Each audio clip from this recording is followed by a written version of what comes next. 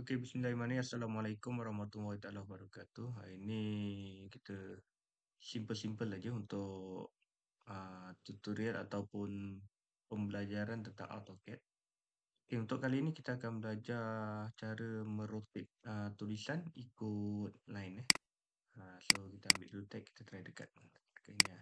Jadi kita nak letak dia sama bearing dengan line ni. So cara biasa yang kita lakukan adalah rotate lah macam tu. Rotate je ni. Cara macam ni tak best lah Tak best. Kita undo dulu. Kita undo. Okay. Kita akan buat cara yang lagi best menggunakan command biasa di AutoCAD. Mungkin ada yang dah tahu, yang belum tahu ni adalah command dia. Kita select dulu tag dia dan kita type T-O-R-I. Torian. Kita enter.